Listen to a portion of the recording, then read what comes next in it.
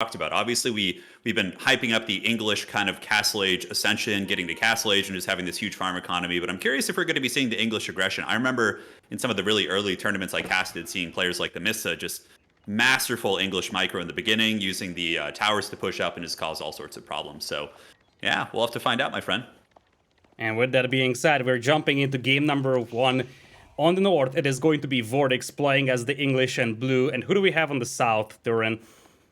Well, it looks like it is going to be. So you're saying, yo, look at that right away. So sorry, not to digress, but look at that. We already have the Dark Age barracks coming up, and the Men-at-Arms are indeed in the gold line causing problems. So prophetic you were, man. You called it. So it looks like that Men-at-Arm is actually in range of the TC. So that's pretty fortunate there. It looks like the Scout might actually be able to get the kill. But VortiX on the English and Wham 01.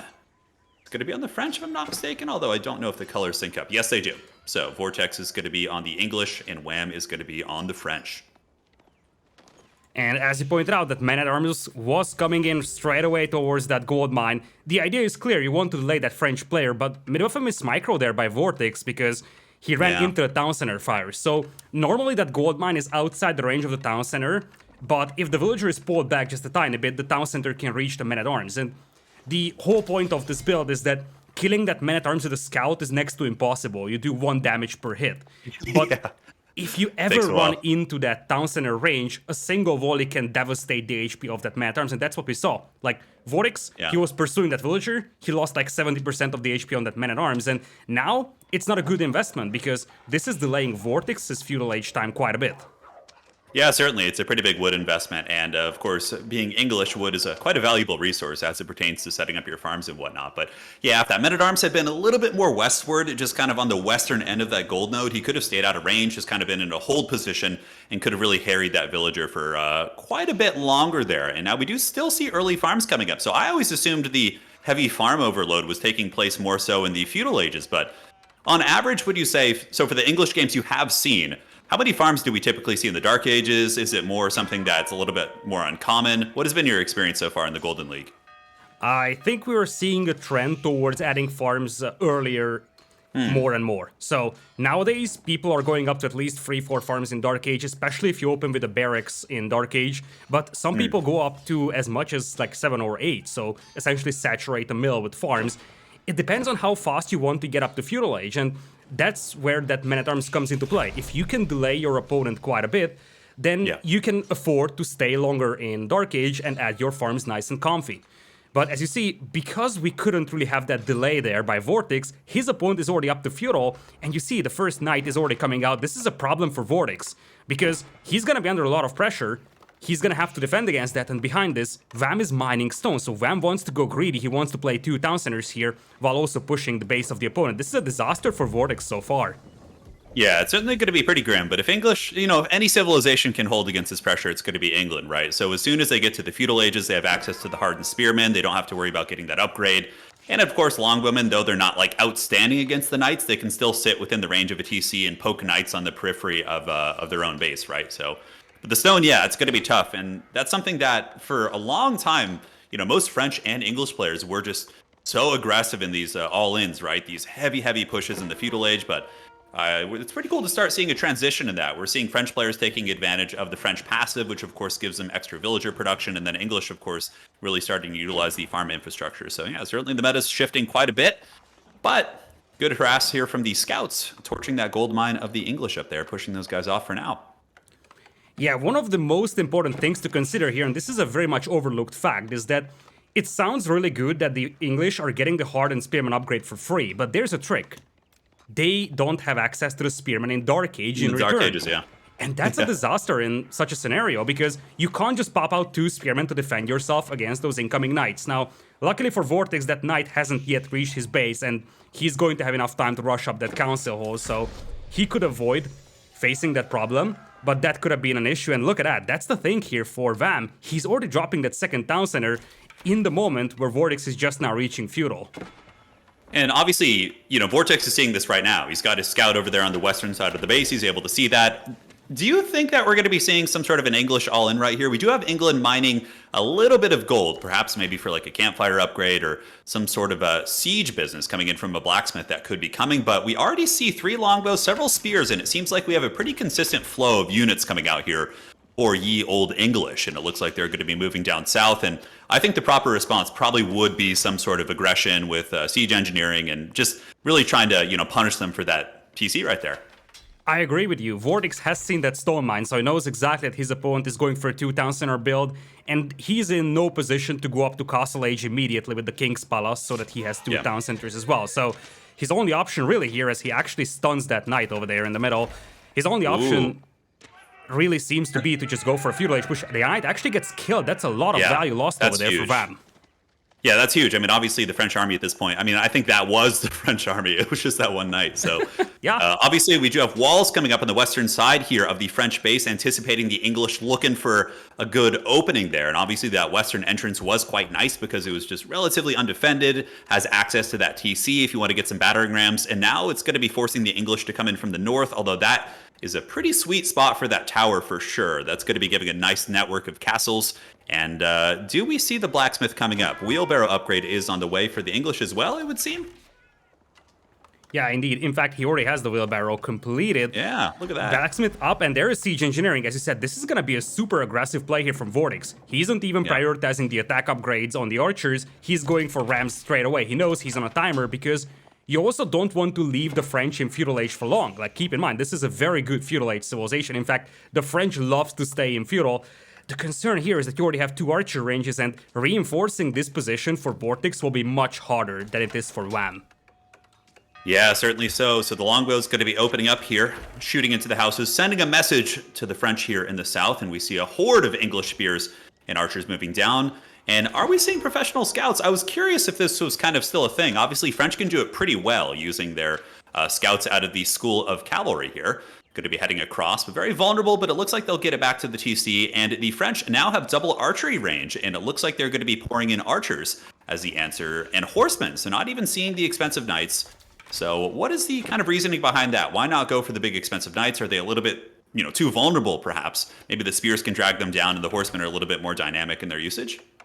I think there is 2 components to this. First of all, that Goldman on the north is a little exposed to the longbows, but it's probably more about the training time on those knights. If you think about that, Vam knows very well that the push is coming. He can't afford to wait for knights to pile up, whereas for horsemen, their combat value for soaking up arrow fire and dealing with the longbows once the spearmen are gone is still reasonable, and it takes much less time for you to create some horsemen, and you just want numbers on the battlefield. Having 2 knights as opposed to having, let's say, 5 or 6 horsemen is probably not the best idea, at this situation at least. Yeah, certainly. And the first of the Ramsteins is coming in, going to be moving in, going after the very vulnerable houses. And obviously the second TC does not have the durability of the first TC. So that's going to be a pretty choice target right there. And one house is going to be going down. And I would imagine the next target is going to be the TC. The French defense has not yet rallied forward. It looks like they're kind of waiting in the wings, gathering their numbers. And, something that's also quite nice here for the French is the fact that they do have that legion of scouts. They can be used to help torch down the towers and can also put a little bit of pressure on the archers as well. But here comes the ram, and the French are going to surge forward to fight. Yeah, it looks like Wham is taking this fight over here, although he sees the spearman, he's going to pull his forces back. It's all about just grinding down that battering ram, though. Yeah. He just wants to take it down and then go back home. Delay this as long as possible because he just wants to capitalize on those 2 town centers. That's it. He doesn't want to fight. Yeah. It's all about just buffering up, buying yourself time, and so far, he was quite successful doing that. He's already at 50 vills as opposed to 37 from the opponent. Yeah, it was a very solid hold. The battering ram also took some massive damage. I believe it's at about 10%, give or take. And honestly, I think in total, in that little skirmish we had there, I think he lost maybe 2 or 3 villagers. And again, like you said, he's currently up to 52 villagers against 38. So the lead discrepancy is becoming bigger and bigger. The French are able to muster a pretty substantial defense as well. And of course, England does have that attack speed advantage right there.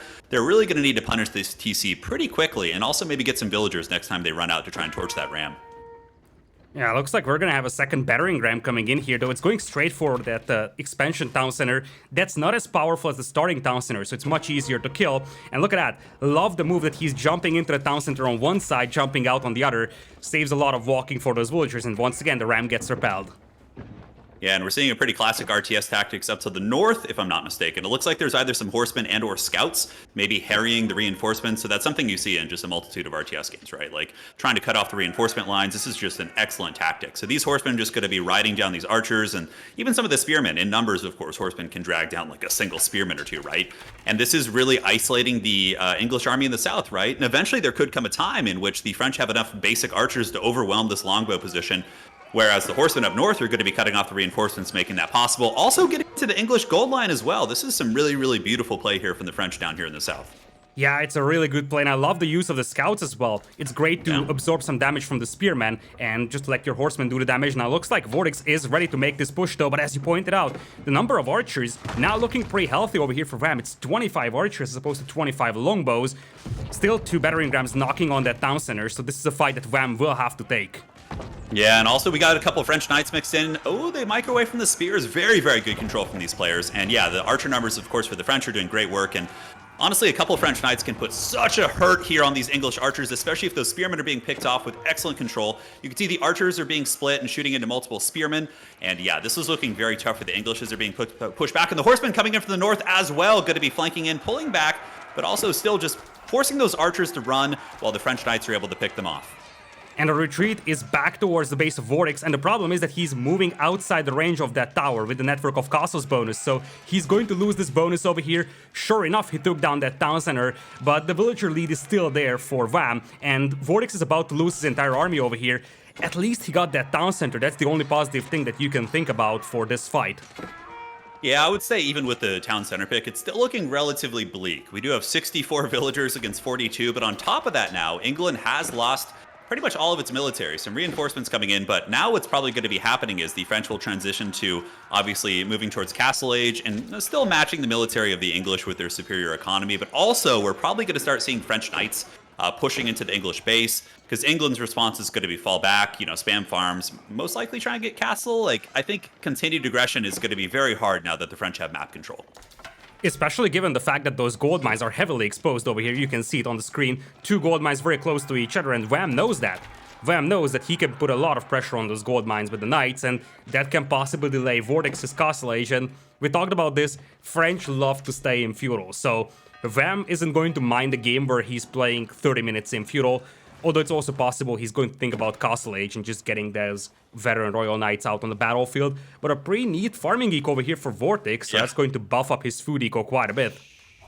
Yeah, it's very therapeutic. I don't know if you play English yourself, but just setting up those farms and having them look all nice in the back of your base, there's something, like I said, that's quite therapeutic about it there. But yeah, I thought that the French might look to do some sort of, castle age at this point, right? But it looks like you said, they just have that very, very excited for the feudal age. So there's going to be more archers, more horsemen, and French knights coming out. Heavy gold mining going on to the French base, which is very indicative of probably seeing the French knights perpetually coming out. And yeah, England is now on the back foot, but they do have the opportunity and the home field advantage to maybe defend this, and then the farms might be able to carry them into the sunset. I mean, obviously, they're behind so far on villagers, but, if there are some big blunders from the French here, maybe they'll have a chance to get back in.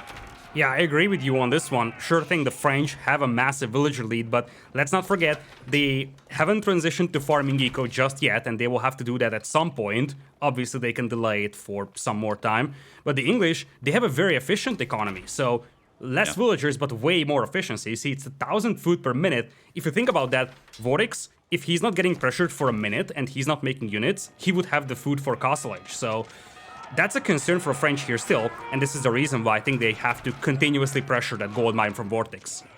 Yeah, that was a nice little pressure piece right there from the French, moving up and pressuring the English off gold for a moment, but they're able to get back on that network of castles, giving the English the tools they need to defend themselves. Now, we do see another TC coming down from the French on the south side of the map, so it looks like they were able to replace that TC they did lose earlier, and we do see 76 villagers for the French up against 48 for the English, which is certainly tough. So England going into the classic turtle state, setting up walls on their western border, really trying to funnel the French cav pressure into their main line there, which has been working so far, although the French haven't really made too much of an effort to circle around the back of the base, and we're not really seeing that dual-pronged pressure from the French right now, really just kind of moving up the center. I think having a couple French knights maybe come in from the east right there to hit those farms could be quite useful for sure. Yeah, it definitely could come in useful. I get the feel that Ram just doesn't feel like he needs it. In fact, he is on 2 town centers, he knows that he has an eco lead, and the most important thing is that I don't think that VortiX knows about the town center being rebuilt elsewhere. So VortiX might have the impression that, okay, I'm fine, I'm going up to Castle Age, I will start evening out the villager count once I have my second town center, because my opponent is on 1. But he doesn't know that Wham still has a second town center, and Wham is just not in the need of pushing him. It's pure greed from Wham, but it's a smart greed because he knows he's so much ahead in terms of economy that he doesn't need to actively kill the opponent, and he's still gonna be able to build up a pretty substantial lead.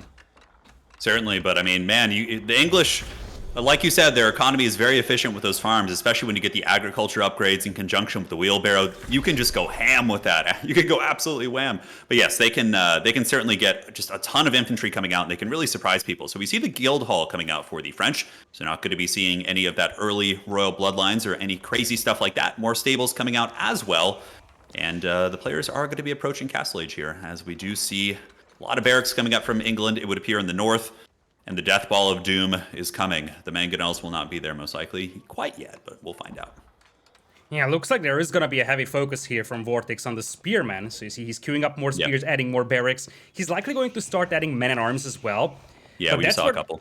Yeah, that's where the French, I think, can just go for some arbaletier for defense, and as you pointed out, start raiding with those knights. So if the English want to play something like this, having some Vols up on both flanks is essential. Dude, I'm so glad you can actually pronounce that too. Like, it's something that whenever I'm casting Age of Empires and, you know, all these kind of names come up, I'm just like, yeah, the arbalist guys with the crossbows. But we do have our first drafts coming in. We have the French with, it looks like 5 horsemen and 3 knights getting into the farms. And we'll be able to get a couple of villager kills, which is going to make the discrepancy in villagers even worse as they bring them down to about 54 villagers.